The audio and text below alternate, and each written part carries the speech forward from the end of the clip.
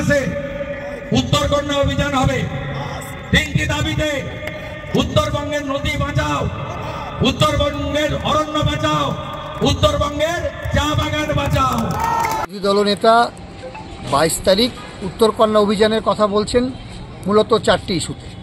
তিনি বলতে চাইছেন উত্তরবঙ্গের নদী বাঁচাও, উত্তরবঙ্গের জঙ্গল বাঁচাও, উত্তরবঙ্গের অরণ্য বাঁচাও।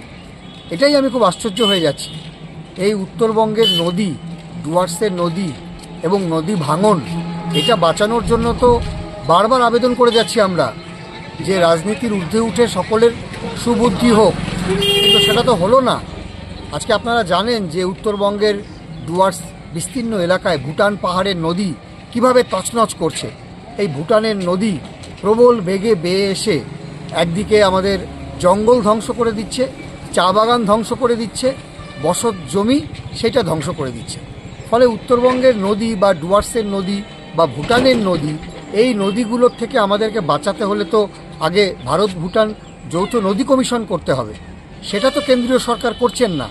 তার বদলে রাজনীতি করবার জন্য এখানে বলা হচ্ছে যে একটা আমরা উত্তরকন্যা অভিযান করব। কার বিরুদ্ধে অভিযান করবেন? নদী কার বিষয়? নদী তো কেন্দ্রের বিষয়। গোটা ভারতবর্ষে নদী সেন্ট্রালের সাবজেক্ট, আর ভুটানের নদী ভারত ভুটান আন্তর্জাতিক সাবজেক্ট। এখানে কেন্দ্রীয় সরকারকে হস্তক্ষেপ করতে হবে। আগে কেন্দ্রীয় সরকারের কাছে প্রতিনিধি দল নিয়ে যান, জলসম্পদ দপ্তরকে বলুন উত্তর বাংলাকে বাঁচাতে হবে, কারণ এই নদী ভাঙনের জন্যই জঙ্গল চলে যাচ্ছে, এই নদী ভাঙনের জন্যই কৃষি জমি চলে যাচ্ছে, এই নদী ভাঙনের জন্যই চা বাগান চলে যাচ্ছে। আলিপুরদুয়ার, জলপাইগুড়ির হেক্টরকে হেক্টর চা বাগান, কৃষি জমি, জঙ্গল সব নদীর তোরে তলিয়ে যাচ্ছে। এগুলো কে দেখবে?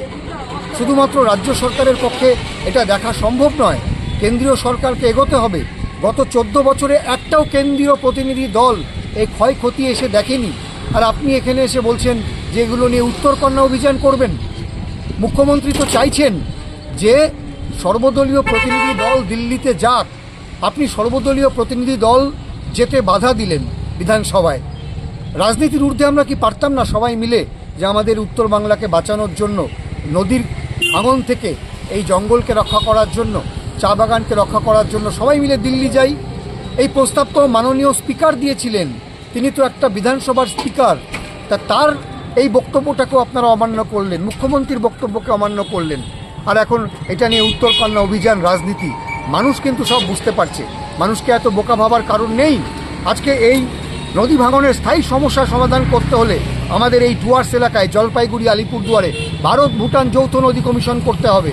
ভুটানের সঙ্গে কথা বলতে হবে, কেন্দ্রীয় প্রতিনিধি দলকে আসতে হবে। তার জন্য যদি আমাদেরকে দিল্লিতে যেতে হয়, আমরা এক পায়ে প্রস্তুত। আমি গত 2 বছর থেকে লাগাতার বলে যাচ্ছি যে ভারত ভুটান যৌথ নদী কমিশন দরকার, ভুটানের নদীকে স্টাডি করা দরকার, ভুটানের সঙ্গে ভারতের কথা বলা দরকার। এই সব কিছু না করে আপনি যখন দেখছেন যে এই ভয়াবহ পরিস্থিতি, বন্যা, এই বর্ষার মরশুম আসতে চলেছে, এখন আপনি উত্তরকন্যা অভিযানের ডাক দিচ্ছেন। এইখানকার ভূমিপুত্ররা কোথায় যাবে? এখানকার জঙ্গলের বাসিন্দারা কোথায় যাবে? চা বাগানের বাসিন্দারা কোথায় যাবে?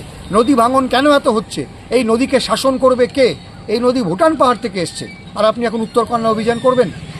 সবসময় সব কিছু নিয়ে রাজনীতি করতে নেই। শুভবুদ্ধির উদয় হোক এই কামনা করি।